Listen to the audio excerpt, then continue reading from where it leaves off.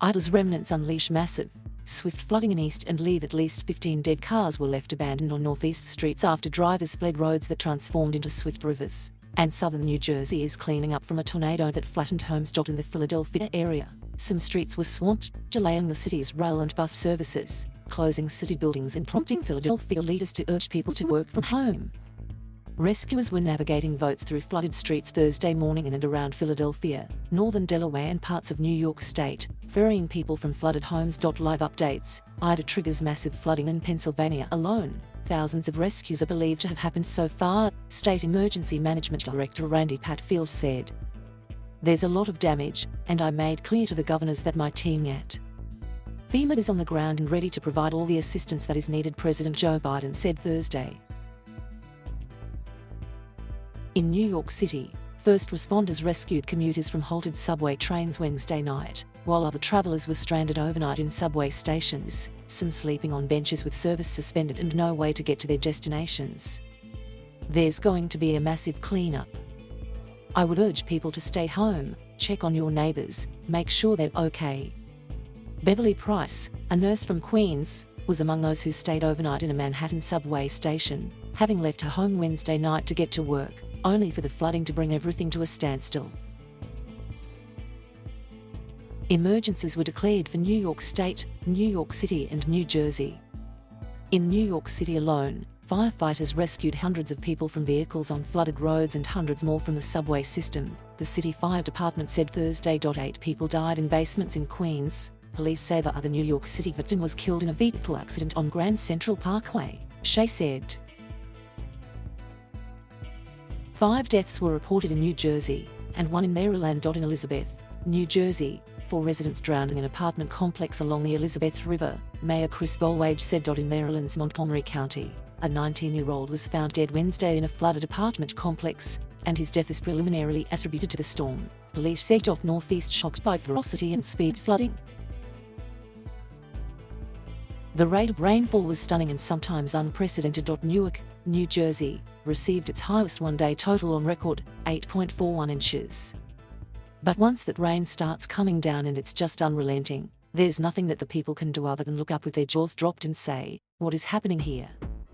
Hochul said. After the storm, New York's subway system was temporarily halted with the exception of 2 lines due to the flooding, leaving many people stranded and unsure how they would get home. While some subway service resumed Thursday, commuter rail lines were expected to offer only extremely limited service because of power issues and debris, officials said. Some air travel also was snarled. Newark Liberty International Airport's Terminal B was flooded on the lower level. More than 350 flights were cancelled at that airport by 8 a.m. Eastern Time. New Jersey, tornado in the south, flooding in the north.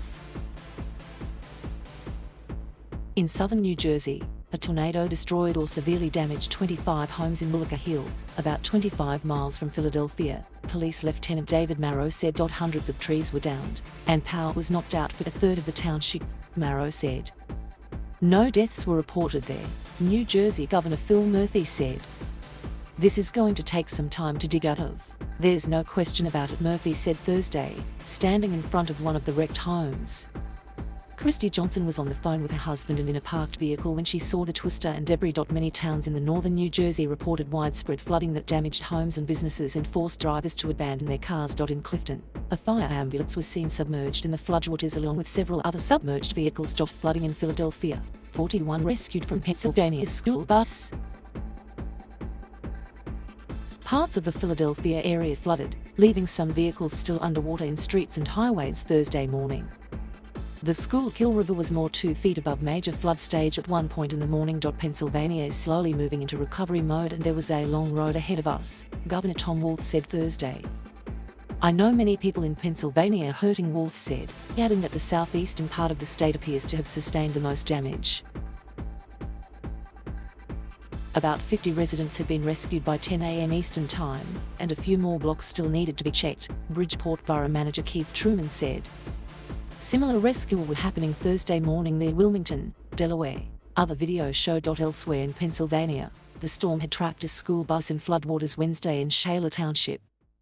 The school district and local volunteer fire company confirmed that 41 passengers were rescued from the bus. Video shows a team of at least 4 wading through water nearly up to their waist to help the passengers onto a small boat. The rescued students were then transported safely to the high school, Shaler Area School District said. With a flash flood emergency and tornado watch, Governor Tom Wolf encouraged residents to stay home Wednesday and take the storm seriously. "This is an extremely dangerous storm that is impacting the entire state," said Wolf according to a news release. "As we continue to monitor the conditions, I ask everyone to please stay home if you're able." In Maryland, Ida's downpour flooded at least 12 apartments at the Rock Creek Woods complex in Rockville, where a 19-year-old man was found dead. Rescue personnel evacuated dozens of people there, officials said Wednesday. 3 people and 1 firefighter were transported to hospitals for non-life-threatening injuries. A tornado also touched down in the state, according to Bud Zapata, the Annapolis Fire Department public information officer. The tornado was reported to have touched down in a primarily commercial area of Annapolis. No injuries have been reported, but some private residences were damaged and there was an active gas leak in the area. Fire, police and other agencies were assessing damage, Zapata said. Thank you for watching. Please subscribe.